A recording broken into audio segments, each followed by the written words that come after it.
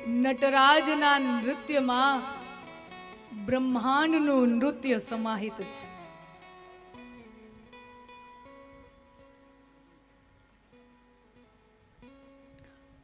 તો લિંગનો આકાર એવો શું કામ છે, યોની ઉપર જ શું કામ એને સ્થાપિત કરવામાં આવે, એનો અર્થ આપણે સમજ્યા.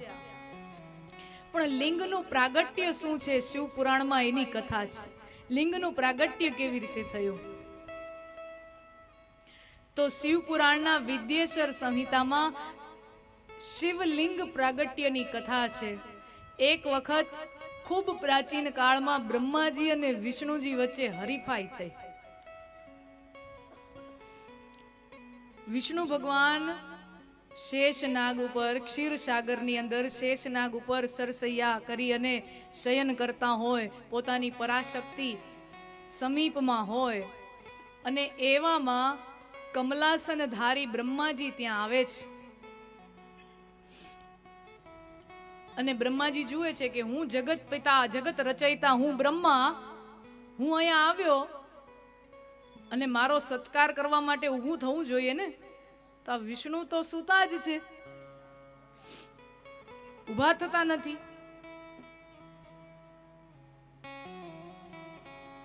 એટલે બ્રહ્મા ક્રોધિત થાય છે. હું પિતામાં, જગત પિતા બ્રહ્મા, આ સૃષ્ટિનો સર્જક, હું આવું અને તમે ઊભા પણ ન થાવ. એટલે વિષ્ણુ ભગવાને ટાઢા સ્વરે કીધું, આવો વત્સ. હવે બ્રહ્મા કે હું જગત પિતા છું, પિતામાં છું, આપણે એમ કહી કે હું બાપ છું, અને આપણને કોઈ એમ કે હે બેટા બેસ. વિષ્ણુ ભગવાન કહે વત્સ આવો. વત્સ કીધું મને, હું જગત પિતા રચયિતા એમ. વિષ્ણુ ભગવાન કહે કે તમે ક્યાં બેસીને સૃષ્ટિની રચના કરી? તો કે આ કમલમાં, જ્યાં હું બેઠો છું, આ કમળ ઉપર બેસીને જ મેં સૃષ્ટિની રચના કરી છે. એમ? ઈ કમળ ક્યાંથી નીકળ્યું જુઓ તો જરા. ઈ કમળ નીકળ્યું ક્યાં છે એ તો જુઓ. તો આમ જોયું તો વિષ્ણુ ભગવાનની નાભીમાંથી કમળ નીકળેલું. તો વિષ્ણુ ભગવાન કે તો એનો મતલબ તો એમ થયો ને કે તમે હાજર નહોતા, આ કમળે હાજર નહોતું, એની પહેલાનો હું હાજર થયો, તો પિતા તો હું કેવું, બાપ તો હું થયો. બે બાધી પડ્યા. વિષ્ણુ ને બ્રહ્મા બે બોજી પડ્યા.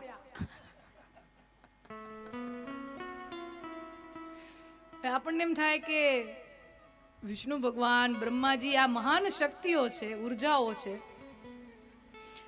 આ ગલી શેરીમાં હાલતા ચાલતા કોઈ એવા બે જૂથ બાખડી પડે તો હજી સમજાય કે આ ઠીક છે, હું કોણ ને તું કોણ ને એવા ઝઘડાઓ આપણે કરીએ તો ઠીક લાગે. ભગવાને એવા ઝઘડા કરતા હશે?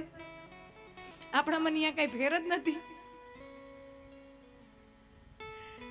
ખરેખર તો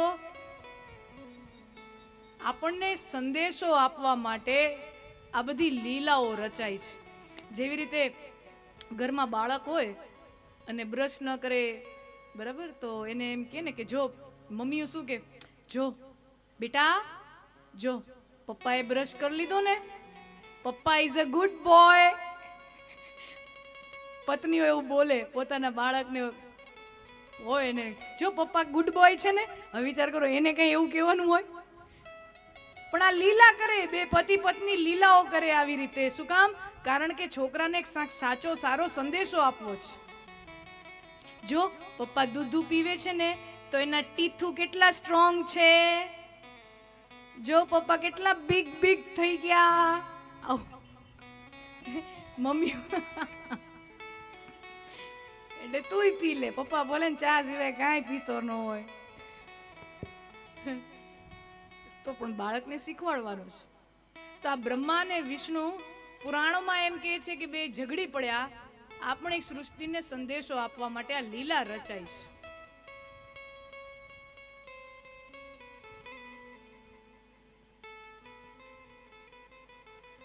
અને અમારા બે માંથી શ્રેષ્ઠ કોણ, મહાન કોણ, એ હરીફાઈમાં ઉતરી ગયા. અને વિવાદ એટલો આગળ વધી ગયો કે યુદ્ધ ઉપર આવી ગયા. હવે બે હાથી એકબીજાની હારે યુદ્ધ કરે તો આસપાસના બધા ઝાડવા ઉખડી જાય. બરાબર, બે હાથી એકબીજા હારે બાંધે તો ઝાડવાઓનું નિકંદન નીકળી જાય. એમાં બે પ્રચંડ ઉર્જાઓ જો એક સામે યુદ્ધ કરે તો આ સૃષ્ટિનો સમૂળગો નાશ થઈ જાય. એટલે સૌ દેવતાઓ ઋષિ મુનિઓ જઈ અને શિવજીને પ્રાર્થના કરે છે કે આ વિષ્ણુ ભગવાન અને બ્રહ્માજીને કંઈક સમાધાન કરો. આ બે ઉર્જાઓ પરસ્પર ટકરાય છે, આનું સમાધાન કરો. અને ત્યારે મહાદેવ એક પ્રચંડ વિરાટ જ્યોતિર્મય લિંગ સ્વરૂપે ત્યાં પ્રાગટ્ય ધારણ કરે છે. અગ્નિ સ્તંભ, જ્યોતિર સ્તંભ, જેનો કોઈ આદિ છે ન છોર છે, જેનું ના કોઈ શિખર છે ના કોઈ અંત છે, ન આદિ ન અંત એવો વિરાટ પ્રચંડ અગ્નિ સ્તંભ.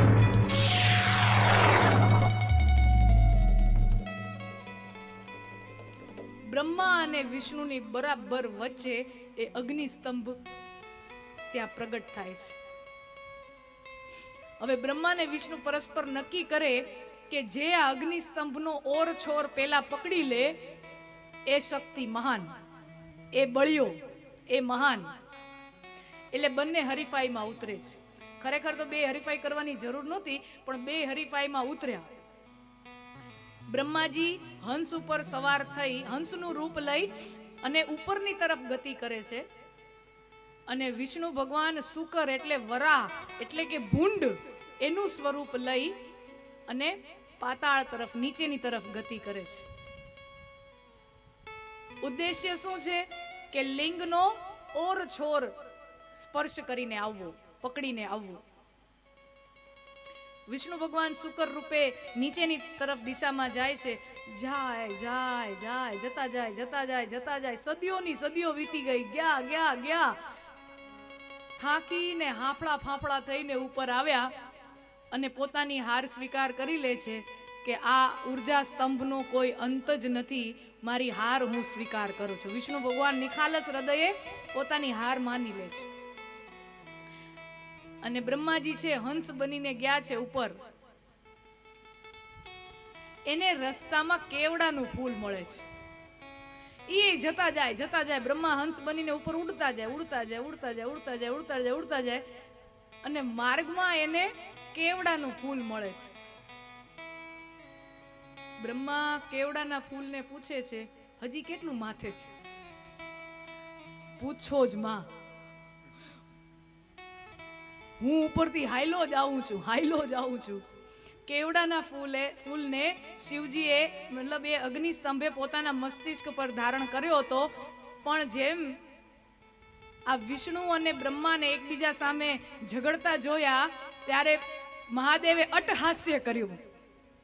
હાસ્ય કર્યું તો હસવામાં એ કેવડાનું ફૂલ મહાદેવના મસ્તિષ્ક ઉપરથી નીચે પડ્યું. ત્યાંથી પડતું જ આવે પડતું જ આવે પડતું જ આવે. ત્યાં વચ્ચે ઈ ને બ્રહ્માજી ભેગા થઈ ગયા. સદીઓની સદીઓથી પડતું જ આવે પડતું જ આવે. ત્યાં માંડ ભેગા થયા. બ્રહ્માજી પૂછે, હજી કેટલું માથે? પૂછો જ માં, હાઈલો જ આવું છું સદીઓથી, હજી એનો કોઈ અંત જ નથી. એમ તો બ્રહ્માજીએ વિચાર કર્યો કે તો હવે ઉપર જવું નકામું છે. તો ચતુરાઈ વાપરી, ષડયંત્ર કર્યું. કેવડાના ફૂલને કીધું, એ કેવડાના ફૂલ, હું બ્રહ્મા છું, જગતનો બાપ છું, મારા કીધે બધું થાય. તારે છે ને મારું એક કામ કરી દેવાનું, તો હું તારું એક કામ કરી દઉં. લાંચ રૂશ્વત બધે પહેલેથી ચાલી જ આવે છે. લાંચ રૂશ્વત આજકાલની નથી, ચાલી જ આવે છે. ટેબલ નીચેના વ્યવહારો. તો બ્રહ્માજીએ કેવડાના ફૂલને કીધું કે તારે મારું એક કામ કરવાનું, નીચે જઈ અને વિષ્ણુ ભગવાન આવે ને અને બધા દેવતાઓની સામે વિષ્ણુ ભગવાનની સામે તારે સાક્ષી પૂરવાની કે હું ઉપર જી આવ્યો છું અને સાક્ષી રૂપે હું તને લઈ આવ્યો છું, તો હું તારું પ્રમોશન કરી દઈશ. પ્રમોશન માટે લાગે ને, હે તો હું તારું પ્રમોશન કરી દઈશ. કેવડાનું ફૂલ બ્રહ્માજીની વાતમાં આવી ગયું. કેવડાના ફૂલને લઈને બ્રહ્માજી આવ્યા ને વિષ્ણુ ભગવાનને કે હું તો ઉપર જઈ આવ્યો, આપણે એનો ઓરછોર પકડી આવ્યા એમ. તો વિષ્ણુ ભગવાને બ્રહ્માજીને શ્રેષ્ઠ માની લીધા. બ્રહ્માજીને પગે લાગ્યા કે તમે શ્રેષ્ઠ, તમારથી હું ઉતરતો, હું તમારું પૂજન કરું, તમારું સત્કાર કરું. અને આ ત્યાં બધું ઘટના ચાલી રહી હોય ત્યાં મહાદેવ ત્યાં પ્રગટ થાય અને મહાદેવ વિષ્ણુ ભગવાનને વરદાન આપે. વિષ્ણુ ભગવાનને વરદાન આપે કે હે વિષ્ણુ, હું તમારા ઉપર પ્રસન્ન છું. બ્રહ્માજીને એમ, વિષ્ણુ ભગવાન એમ જોતા રહી ગયા કે જીત્યા તો આ બ્રહ્માજી છે અને વરદાન મને મળે છે, કારણ કે ભોળિયો તો બધું જાણે. હે વિષ્ણુ, હું તમને વરદાન આપું છું. તો કે પ્રભુ, હું તો હારી ચૂક્યો છું શરત. તો કે આ જગતના ખોટા સાચા નિયમો વડે રમાતી રમતોનો વિજેતા કોણ અને હાર્યો કોણ એનાથી કાંઈ ફરક પડતો જ નથી. અને ખરેખર કોઈ વિજેતા કોણ છે ને કોણ જીતે છે ને કોણ હારે છે ને એનાથી ઈશ્વરની નજરમાં કાંઈ ફરક પડતો જ નથી.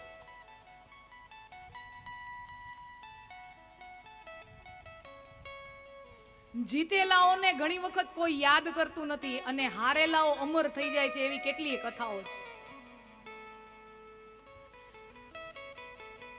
મહાભારતની અંદર અભિમન્યુનું પાત્ર, અભિમન્યુ તો નાનો છોકરા જેવો છે, 16-17 વર્ષની આયુષ્ય હશે અને યુદ્ધમાં જાય છે. અને ખબર છે કે આપણને ખાલી અંદર જતા આવડે છે, પાછું આવતા આવડતું નથી. કોઠો આપણને ભેદતા આવડે છે પણ એમાંથી બહાર નીકળતા આવડતું નથી. એ તો અર્જુન જાણે છે અને ત્યારે તો વિદ્યા પ્રાપ્ત પૂરી થઈ નથી. અને ત્યારે અર્જુન મતલબ અભિમન્યુ જ્યારે યુદ્ધમાં ઉતરે છે એ પહેલા કૃષ્ણ ભગવાન તો મામા થાય, સુભદ્રાના ભાઈ કૃષ્ણ ભગવાન મામા થાય. એટલે યુદ્ધમાં જ્યારે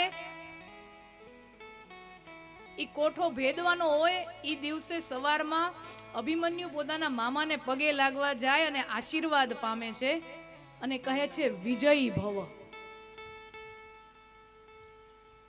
વિજયી ભવ. હવે એ તો કાળિયો ઠાકર છે, 14 લોકનો બ્રહ્માંડનો આધિપતિ છે, એને ખબર જ છે શું થવાનું છે અને છતાંય આશીર્વાદ આપે છે વિજયી ભવ. અને ઘટના સૌ બની, કથા આપણે સૌ જાણીએ, એમાં બહુ ઊંડા ન જઈએ. પણ એ જ સાંજે અભિમન્યુ પાછો આવતો નથી અને ત્યારે દ્રૌપદી છે કૃષ્ણ ભગવાનને પૂછે છે કે સખા, તમારા વરદાન ફોક ગયો, તમારું વરદાન વ્યર્થ ગયું, તમારા આશીર્વાદ વ્યર્થ ગયા, તમે કીધું તું વિજયી ભવ. અભિમન્યુનો તો પરાજય થયો, પાછો આવ્યો જ નહીં. અને ત્યારે ભગવાન મહાભારતની અંદર દ્રૌપદીને કહે છે હે સખી, આ જગતની અંદર, આ જગતના પ્રપંચોની રમતમાં કોણ જીતે છે કોણ હારે છે એનું કાંઈ મહત્વ જ નથી, પણ આ જગતમાં જ્યાં સુધી ચાંદો સૂરજ રહેશે ત્યાં સુધી મહાભારતની કથા ગવાશે અને ત્યાં સુધી અભિમન્યુ એ ચિરંજીવી પાત્ર તરીકે ઓળખાશે. અને અભિમન્યુની યશગાથા ચિરંજીવી રહેશે. અભિમન્યુ ચિરંજીવી નથી પણ એનો યશ, એની યશ છે એ ચિરંજીવી રહેશે. કોણ જીતે છે કોણ હારે છે એનાથી કાંઈ ફરક પડતો નથી. ફરક એનાથી પડે છે કે તમે કેવી રીતે જીતો છો અને કેવી રીતે હારો છો. જો હારતા વખતે પણ તમે ખુમારીથી, સત્યથી, નીતિથી તમે હારો તો એ હાર પણ ઈશ્વર માટે જીત કરતા વધારે મુબારક છે. તો અહીંયા વિષ્ણુ ભગવાન હારે છે અને છતાં ભગવાન એને વરદાન આપે છે કે હે વિષ્ણુ, હું તમારા ઉપર પ્રસન્ન થયો છું, તમને વરદાન આપું છું કે સમગ્ર સંસારમાં તમારી પ્રતિષ્ઠા, તમારી કીર્તિ, તમારું પૂજન, તમારી આરાધના મારા બરાબરની જ થશે. એટલે તમે જોજો વિષ્ણુ ભગવાન અને શંકર ભગવાન એની આરાધના બરાબરની જેમ થાય, એની આરાધના બરાબર થાય. બંનેના મંદિરો થાય, બ્રહ્માજીના ક્યાંય મંદિરો નથી. અને પછી